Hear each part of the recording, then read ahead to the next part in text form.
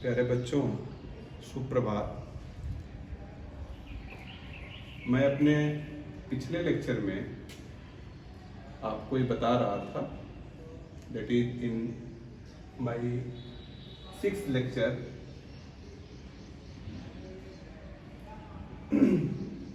कि रासायनिक समीकरण को कैसे संतुलित किया जाता है।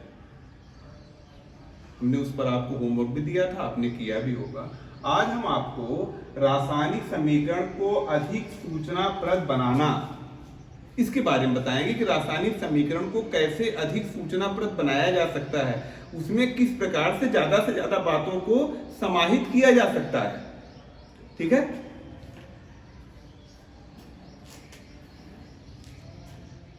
रासायनिक समीकरण को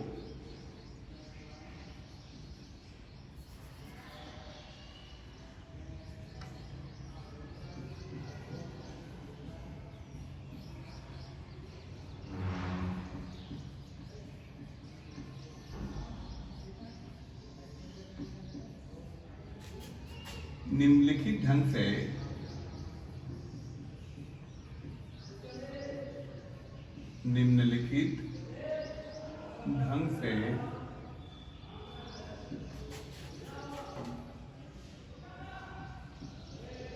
अधिक उपयोगी बनाया जा सकता है। उपयोगी बनाया जा सकता है।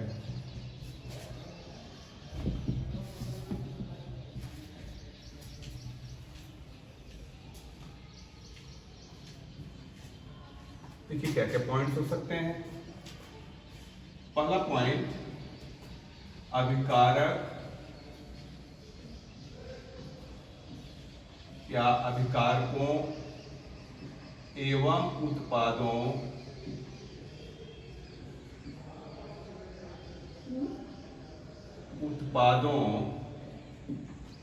की भौतिक अवस्था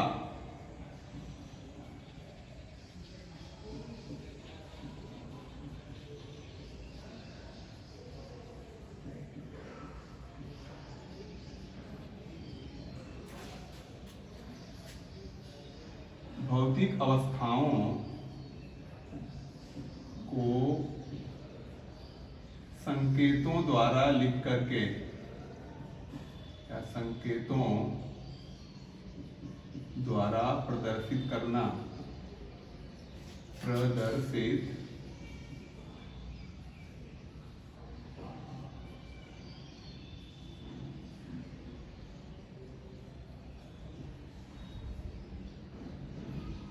करके। अगर ठोस अवस्था में है, ठोस अवस्था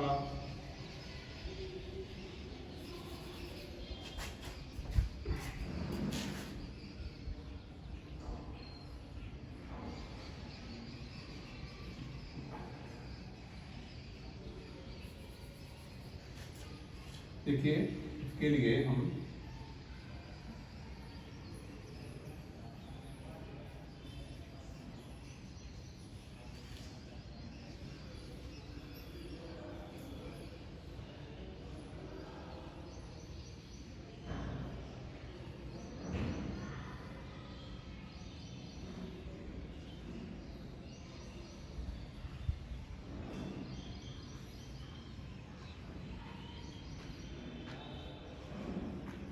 खाली अवस्था लिखें। अवस्था और चिन्ह क्या होगा? चिन्ह ठोस, द्रव, गैस। ठोस के लिए यस से लिखते हैं, द्रव के लिए यल से, और गैस को जी से कोष्टक लगा करके। ठीक है, जैसे हम एक उदाहरण यहां ले रहे हैं, जिंक धात ठोस अवस्था में है, तम सल्फ्यूरिक अम्ल तन सल्फ्यूरिक अम्ल का जलीय विलयन बनाया गया है, तो इसके लिए हम AQ लिखेंगे। AQ लिखेंगे, जलीय विलयन, पानी में अगर विलयन बनाया गया है तो AQ सिंबल इस्तेमाल होता है। AQ, aqueous, aqueous means that is watery, it means that water like. So here what happens,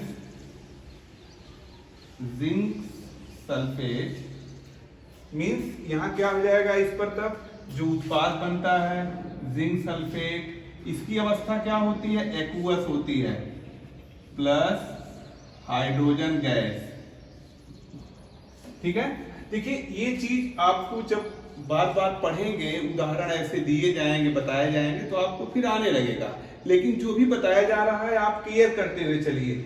जलीय विलयन यहाँ है सल्फ्यूरिक अम्ल का, ये देखिए जिंक सल्फेट जल में घुलनशील है। अगर कोई पदार्थ जल में घुलनशील है तो उसको आप अगर सिंबल रूप में, सूत्र रूप में लिख रहे हैं तो आप यही लिखेंगे कि उसका सूत्र लिख करके बगल में एक, जैसे अगर ग्लूकोज है, आपने ग्लूकोज को पानी में घोल दिया है, तो उसके लिए आप लिखेंगे C6H12O6AQ लिखेंगे। इसका मतलब ग्लूकोज का जलीय विलयन बनाया गया है। समझ गए ना? नमक को आपने पानी में अगर घोला है तो उसके लिए आप लिखेंगे कि NaClAQ, कि इस AQ का मतलब जलीय विलयन, पानी में घोला गया है। ठीक है, मैं आपको अलग से उदाहरण देके बता रहा था ये। अब आप देखिए इसमें दूसरा ढंग और क्या हो सकता है।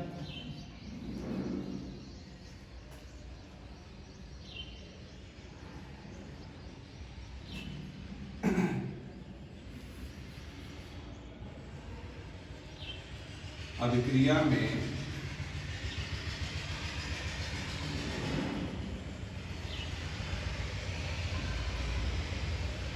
बने अवक्षेप को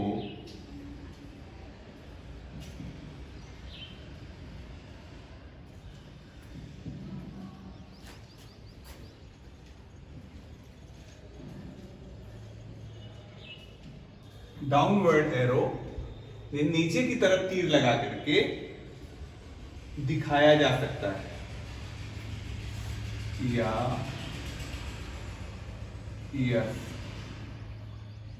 सॉलिड ठोस जल में अविलेय रूप में द्वारा लिखा जाता है।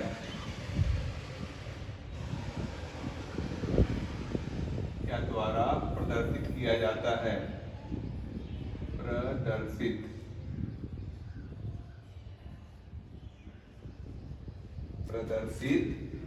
किया जाता है।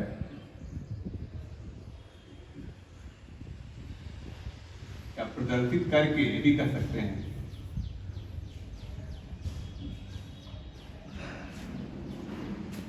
देखिए एक उदाहरण मैं आपको दे रहा हूं, AgNO3, इसका क्या सूत्र होगा बेटा, कोई बताए? AgNO3, ये सिल्वर आयन नाइट्रेट आयन मिलकर सिल्वर नाइट्रेट बनेगा ये। तो ये देखिए जलीय विलयन है, प्लस NaCl, सोडियम क्लोराइड का जलीय विलयन है। इनकी जब अभिक्रिया आपस में कराते हैं, मिलाते हैं जब इनको, तो सिल्वर क्लोराइड का अवक्षेप मिलता है। तो आप इसको यस से भी दिखा सकते हैं, यस से दिखाइए, या डाउनवर्ड एरो लगा दीजिए। दोनों चीजों का इस्तेमाल किया जाता है। डाउनवर्ड एरो लगाने का मतलब ये होता है कि वो नीचे विलयन में, बर्तन में नीचे बैठ गया, वो चीज है। ठीक है, बैठ गया है क्या करके, और जल में अघुलनशील है। या आप इसको यस से भी दिखा सकते हैं, एनसीईआरटी में यस से दिखाया जाता है, और दूसरी जगहों पर इस दोनों सिंबल में से किसी को भी इस्तेमाल आप कर सकते हैं। हम यहाँ आपको यस इसी सिंबल से दिखा दे रहे हैं। ठीक है, प्लस NaNO3, NaNO3 एक उवस बनता है जलीय विलयन। समझ गए आप? तीसरा पॉइंट है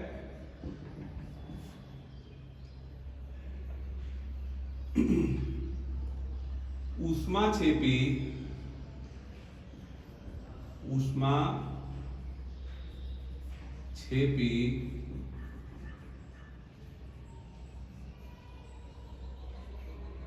अथवा ऊष्माशोषी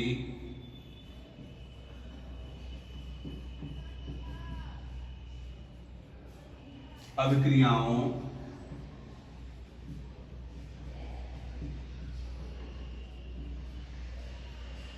अभिक्रिया को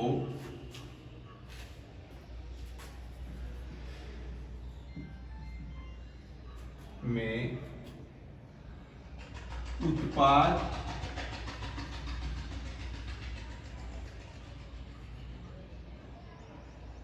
पदार्थों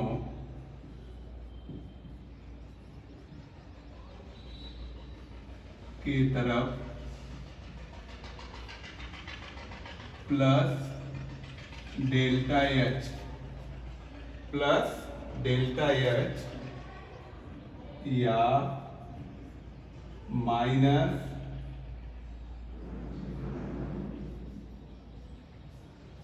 डेल्टा एच का चिन्ह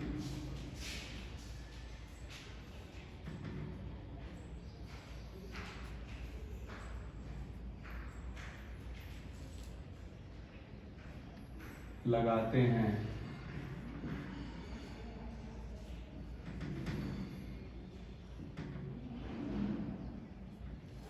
यानी अगर ऊष्माक्षेपी अपक्रिया है तो प्लस डेल्टा एच लिखेंगे।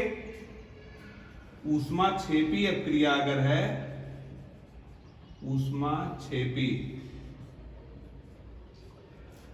Plus delta H, delta H heat को बताएगा, और ऊष्माशोषी अगर है, ऊष्माशोषी, तो ऐसे केस में माइनस डेल्टा एच उत्पाद पदार्थों के तरफ लिखते हैं। ठीक है, इसका एक उदाहरण देखिए आप। देखिए ऊष्माक्षेपी ऊष्माशोषी, ऊष्माक्षेपी वह क्रिया होती है जिसमें ऊष्मा उत्पन्न होती है, अर्थात रिएक्शन मिक्सचर जो है उससे उत्पाद तो बनता ही है लेकिन साथ साथ गर्म हो जाता है। जिस बर्तन में क्रिया कराई जा रही है वो बर्तन गर्म हो जाएगा, उसके ताप में वृद्धि होती है। समझ गए आप? ऊष्माक्षेपी अपक्रिया में।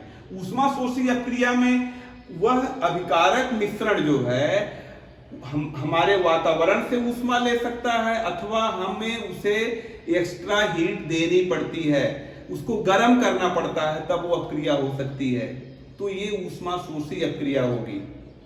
समझ गया? हालांकि इसमें थोड़ा सा कुछ बातें और हैं, आपको मैं अगले टॉपिक में जब आएगा जहां पर, तो वहां फिर मैं आपको बताऊंगा। तो ये इसको दिखाने के लिए आप देखिए यहां पर एक उदाहरण मैं आपको दे रहा हूं। Nitrogen plus hydrogen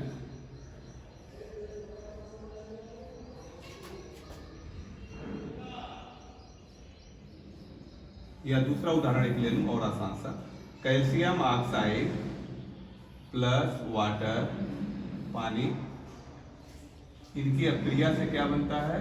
calcium hydroxide. तो इसमें ऊष्मा उत्पन्न होती है, ऊष्मा, तो इसके लिए हम क्या कर देंगे? Delta H plus delta H उत्पाद के तरफ हम लिख देंगे। ऊष्मा भी लिख करके आप काम चला सकते हैं, लेकिन डेल्टा एच यहां लिख दीजिए कि हीट यहां पर प्रोड्यूस होती है। अब देखिए कैल्शियम ऑक्साइड को किस रूप में आपने लिया होगा, तो उसको दिखाइए ठोस, और ये द्रव है, इसको L से लिखते हैं। यहां देखिए हमने लिखा है ना, अगर द्रव अवस्था है तो L से लिखिए। और यहां जो बन रहा है ये इसमें कुछ जो होता है ये विलयन, इसका निलंबन बनता है। आपको ये निलंबन के बारे में हमने आपको बताया, आपको ये 9th में ये बताया गया रहा होगा कि ये निलंबन जो होता है, जैसे मिट्टी को पानी में आप घोल दीजिए तो वह पूर्ण विलयन नहीं बनता, नीचे बैठ जाता है। कुछ उसी तरह की बात यहाँ होती है। तो यहाँ पर फिलहाल आप AQ लिख दीजिए, कुछ इसमें जो घुलता है उसके लिए, और ये हो गया आपका डेल्टा H, उसमें ऊष्मा उत्पन्न हो रही है। ठीक है, किसी रासायनिक अपक्रिया में अगर ऊष्मा अगर प्रयुक्त हो रही है तो वहां पर आप जो माइनस डेल्टा H लिखेंगे।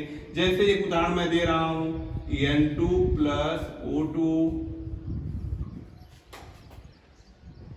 2NO minus delta H। ठीक है, N2 क्या है? गैस है, एक गैस अवस्था है, और O2 ये भी गैस अवस्था है। आपको बताऊं कि वातावरण में जब बिजली जिस समय मतलब बारिश होने की कंडीशन हुई रहती है, हो भी रही होती, बिजली जब तड़कती है तो बहुत ज्यादा ऊष्मा उत्पन्न होती है।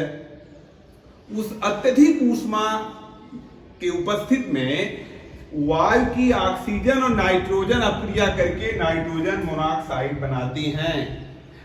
तो इसमें बहुत अधिक ऊष्मा की आवश्यकता होती है, इसलिए इसको हम इधर लाके माइनस डेल्टा H लिख दिया। ठीक है, यहां माइनस साइन के साथ इसको हमने लिखा, ऊष्मा शोषी अपक्रिया है। ठीक है, अब फोर्थ पॉइंट देखिए, फोर्थ पॉइंट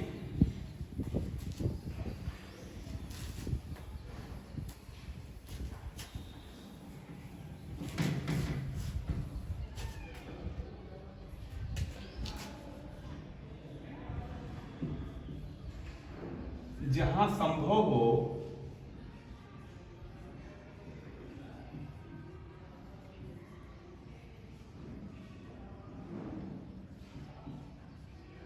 वहां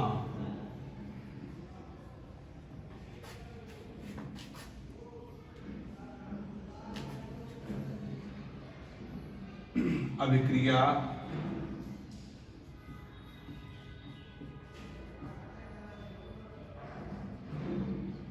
का ताप, दाब,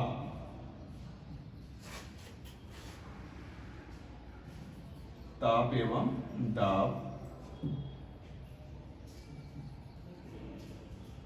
तथा अभिक्रिया में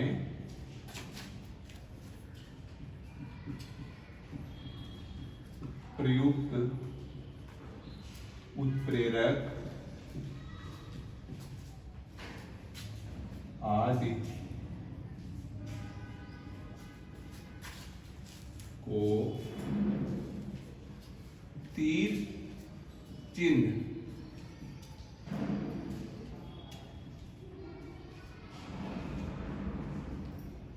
के ऊपर एवं नीचे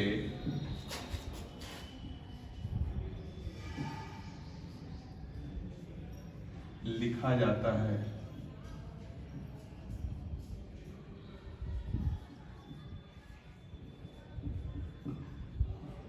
इसका उदाहरण एक देखिए, जैसे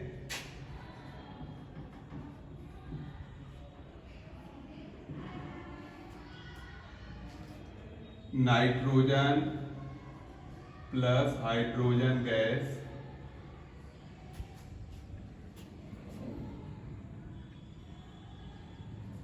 इसकी अपक्रिया से अमोनिया बनती है।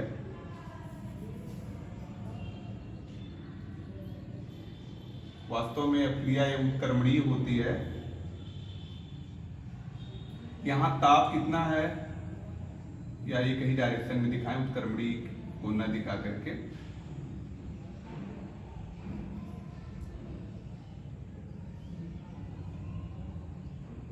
चार 450 से 500 डिग्री सेल्सियस, और दाब यहाँ क्या है 200 एटमॉस्फेयर, और उत्प्रेरक यहाँ क्या होता है आयरन उत्प्रेरक है यहाँ पर। इसको यहाँ प्रयुक्त किया जाएगा, ऊष्माक्षेपी अपक्रिया होती है इसलिए यहाँ डेल्टा एच लिखा जाएगा। राइट। यदि अपक्रिया इसी तरह से सपोज कर उत्क्रमणीय हो कि अभिकारक पदार्थ आपस में मिलकर उत्पाद पदार्थों का निर्माण करें और उत्पाद पदार्थ पुनः अभिकारक पदार्थ देने लगे, तो ऐसी अपक्रिया उत्क्रमणीय हो जाती है और उसे हम ये इस चिन्ह से प्रयुक्त करते हैं, हाफ एरो फॉरवर्ड डायरेक्शन में और उसके parallel half arrow backward direction में लिख के दिखाया जाता है। ऐसे इस एरो से दिखाया जाता है। उत्क्रमणीय अपक्रिया,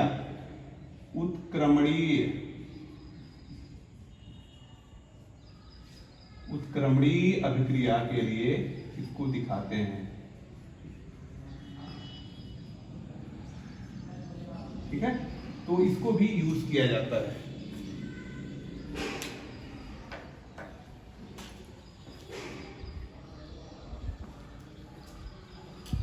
तो ये सब कुछ इसमें बातें हैं जिनको शामिल करके रासायनिक समीकरण को अधिक सूचनाप्रद बनाया जा सकता है। कि लेकिन कोई भी रासायनिक समीकरण हो जब आप लिखें तो उसे पहले संतुलित जरूर करें। मेरे पिछले लेक्चर में आप देखेंगे हमने कुछ क्वेश्चन दिया था आपको संतुलित करने के लिए। ठीक है, उसे आप करिएगा। दो मैं और इसी में शामिल कर दे रहा हूं, दो क्वेश्चन होमवर्क के रूप में आपको, कि ये आपको रासायनिक समीकरण संतुलित करना है। दिए गए रासायनिक समीकरण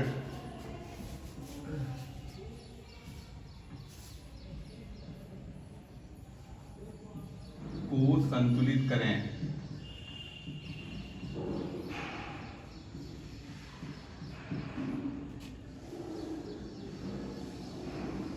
FeSO4 अपक्रिया होने पर Fe2O3 solid plus SO2 gas plus SO3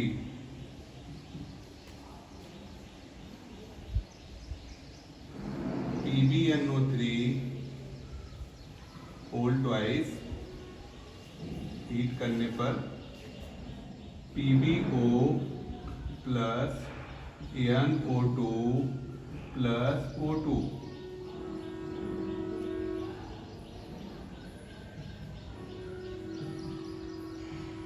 इन दोनों को भी आप कर लीजिएगा। Thank you very much.